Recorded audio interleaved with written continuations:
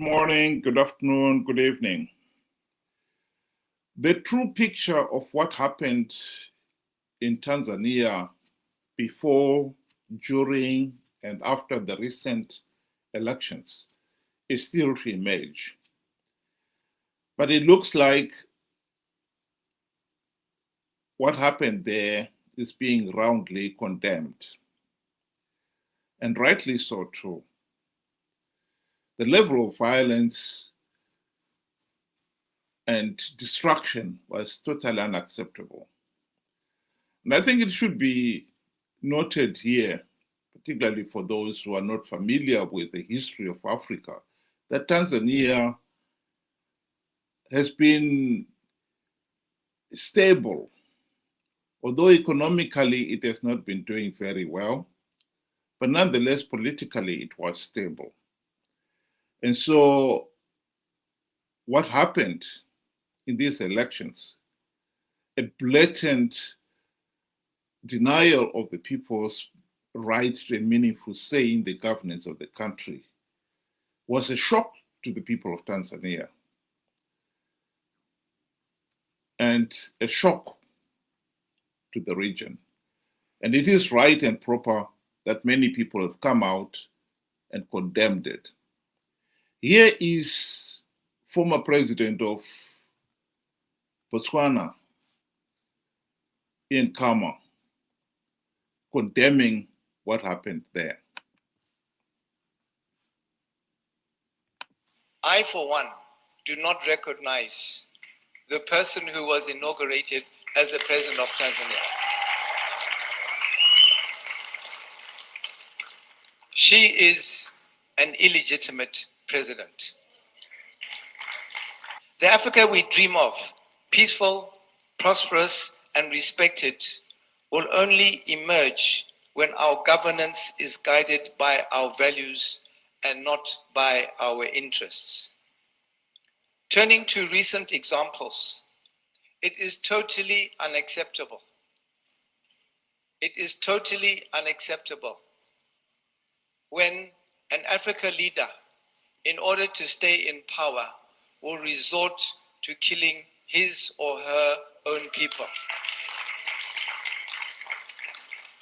In order to stay in power, will rig an election as if they are God's gift to their country. When you have a country with millions of people, for any leader to think they are the only ones who can be president is pathetic.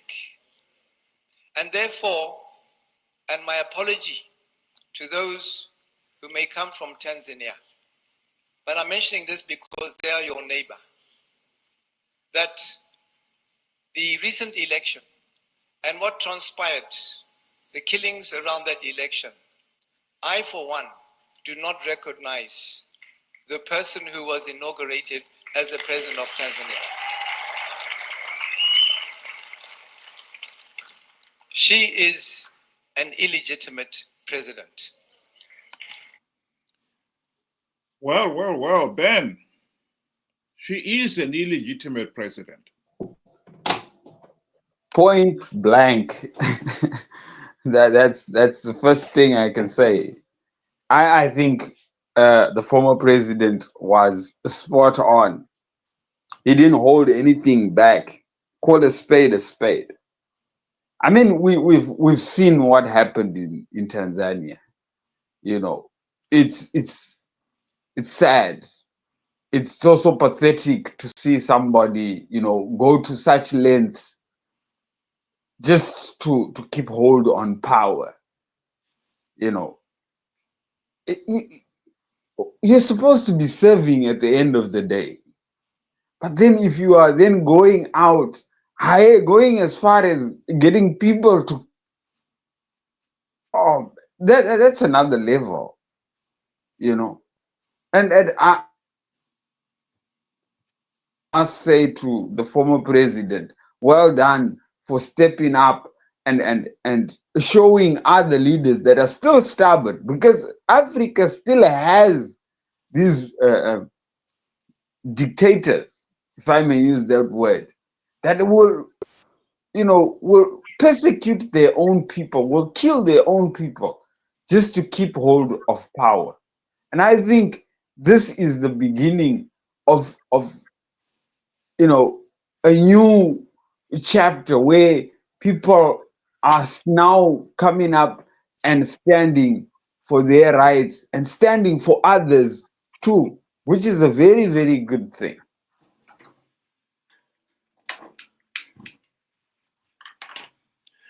Yeah, I think the situation in Tanzania is disappointing, to say the least. But I think it should also be mentioned, emphasized here, that maybe the thorough investigation into this will tell us what really happened. Because there are some stories showing that countries like Zimbabwe played a part in what happened in Tanzania. We have had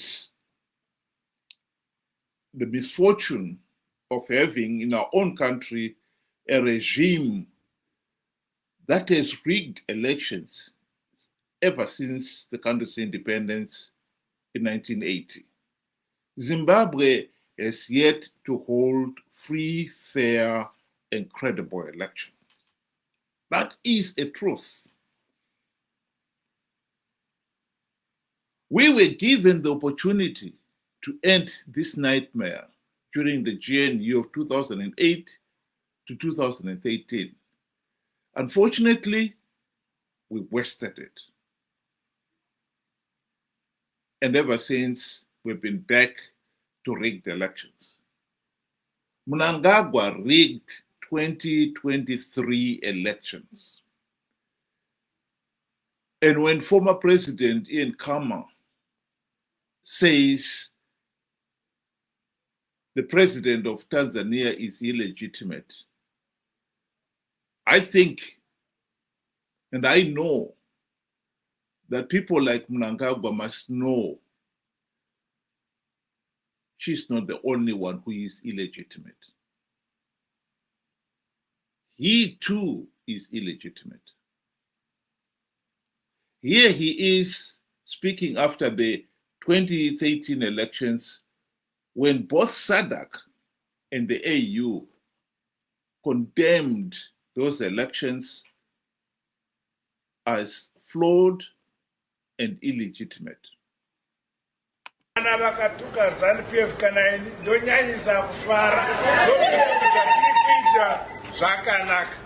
Ukavona vavengi vako vachikurumbidza nekuchikanganisa, ukavona vachiti ZANU-PF yakaipa, farai. You are doing correct things for your country.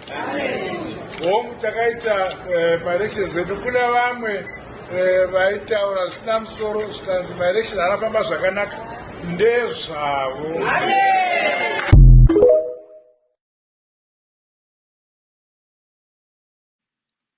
Nonetheless, when you are now being called illegitimate,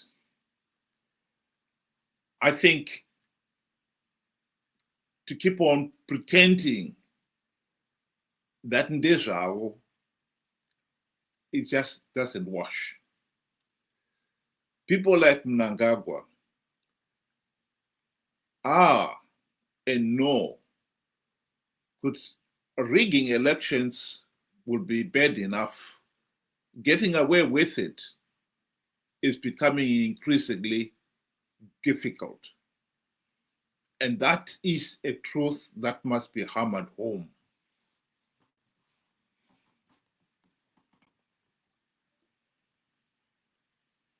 One thing we must remember, and history, the good thing about history, especially these, modern days, is that you can always refer back to, videos and so forth. After the extraordinary summit on Zimbabwe 2023 elections, we could see Emerson Mnangagwa visibly sweating and clearly very unhappy. because you had been given a tag. So they may say in Dejavo, outside, but deep inside, it's not a good place to be in. But what I want to actually dwell on today is that how did Tanzania get to this situation where now we are finding that the people, the citizens of Tanzania, are winning the fight against an illegitimate president? The people of Tanzania took a stand. They told themselves that we are not going to be part of a rigged and a dubious election. And they stood by that. They did not participate in flawed elections. And they made their position known. Now, this is where the difference comes in with Zimbabwe. We will gladly participate because we are told by the opposition they will win rigged elections, which we all know is impossible. And once we have done that, once we have participated, we have given legitimacy to the process. We have, we have agreed that there is nothing wrong. We will continue doing, and we have made it acceptable. So this is where the difference comes into play. The others have taken, Tanzanians have taken the right path and have made that they, of their position, and the international community has stood up now for them. I mean, we can hear the whole news. Former president of United States, Barack Obama, was actually talking about the same thing. The whole world is talking about Tanzania. They cannot do the same because Zimbabweans are willing participants. And worse off, the opposition will gladly take seats in a process that has already been told is illegal. So nobody can support us. It's business as usual. Leaves them as they are. So unless we correct that position, we will always be loners. We cannot then go out and try and say, Sadak, help us. You help us. You refused advice. So I think it's very, very important to differentiate the two. And we are making a bad decision each and every time. And I bet 2028, we will do the same thing. And then tomorrow after that, we say, Sadak is useless. AU is useless. We are useless. I think it is important that we should also emphasize that in Zimbabwe, we can divide the electorate into two distinct groups. Those in the rural areas, which ZANU-PF has always claimed ever since 1980 to be its stronghold, they have no meaningful say in the governance of the country. ZANU-PF is holding the people in the rural area to ransom. They have never had exercised a free, fair, and credible election. ZANU-PF thugs operate in the rural areas and boss over the rural voters in much the same way as the medieval landlords bossed over the serfs. That is the tragic reality of Zimbabwe. That has never changed.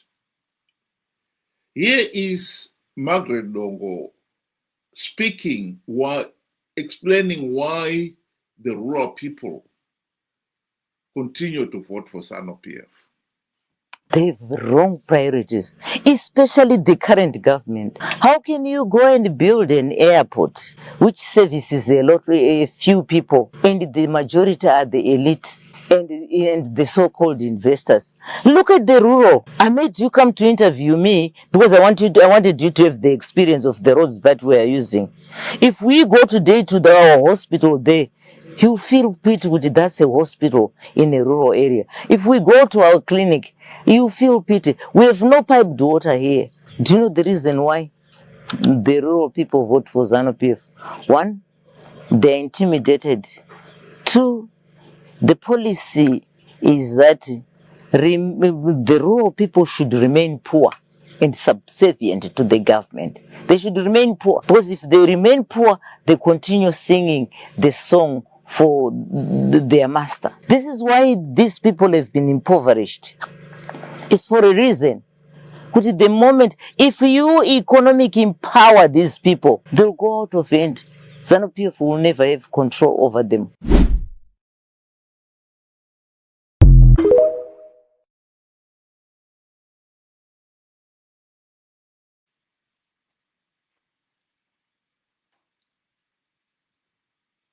That's the tragedy of Zimbabwe. We have 60% of the voters were based in the rural areas. And they are serfs, totally dependent and intimidated by ZANU-PF ruling elite and their proxies, be it chiefs, headmen, war veterans, and the militia. The other half is those in the urban centers. They are the ones who, majority of whom support the opposition. They have got a meaningful decision to make. They can decide whether or not to vote. And when we say they've been conned into believing that the opposition will win big, we are talking of these urban voters. How anyone in this day and age can continue to believe some of the idiotic lies that have been peddled by the likes of Chamisa beggars belief. But that, unfortunately, is the reality in Zimbabwe. They are the ones who participate in their millions and give the process legitimacy. That is our biggest problem. Come 2028, we are looking at the possibility of the same 2 million or so being conned into participating in 2028 elections and giving ZANU-PF legitimacy. That is our biggest problem in Zimbabwe.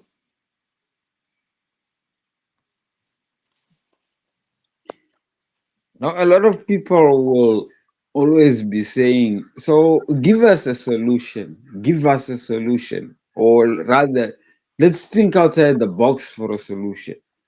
You know, Zimbabwe's case is not extremely special. In fact, the solution was given a long, long time ago. And like you said, we were given opportunities to end this case of rigged elections. But each and every time, we either ignore the solution or we don't want the solution. We've been given recommendations. Do this before you head into any election, such that you can have free, fair, and credible elections. We don't want that. Because the opposition have said it's okay, we can participate with the rigging. But then when you look at it, you have a ZEC that, you know, has the children of ZANU-PF officials. I mean, it's not common sense. You don't have to be brilliant to figure out what's going on here. We are in this mess because we have decided to keep ourselves in it. We have become comfortable with being losers. Zimbabwe has an opportunity to stop the curse of rigged elections. Tanzania has set an example. It can be done. It can be fixed. And help is there. The international community will speak up against it. The onus is on us to do the right thing. And up until we decide to do the right thing first, no one will come and help us. Choice is ours.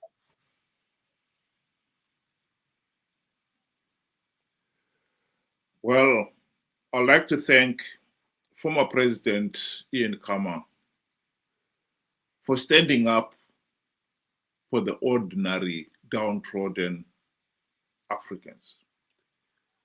We need to get out of this mess that we have landed ourselves. Many African countries have been independent for decades, and yet they failed to hold free, fair, and credible elections. And so the nation has been dogged by political instability and economic chaos. We need to get out of this. And the first step in achieving that is ending this curse of rigged elections and bad governance. It is not rocket science. And I think sending a message out there that anyone who thinks they can rig elections and getting away with it is being given notice as of now. We'll be looking at what happens in Tanzania with great interest, because that will be that has sent a clear message to all dictators out there who have rigged elections in the past and got away with it. That will not be so easy. This mentality that they've got the divine right to rule, we must stamp it out. No one has the divine right to rule. We want Africa and every African to have a meaningful say in the governance of the country. The right to rule should be derived from the democratic will of the people in a free, fair, and credible election. That is what we want. And we must have it.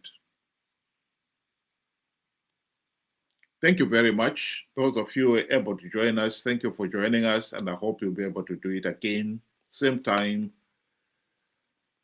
6 o'clock UK time, 8 o'clock Zimbabwean time during the week, and over the weekend, same times, and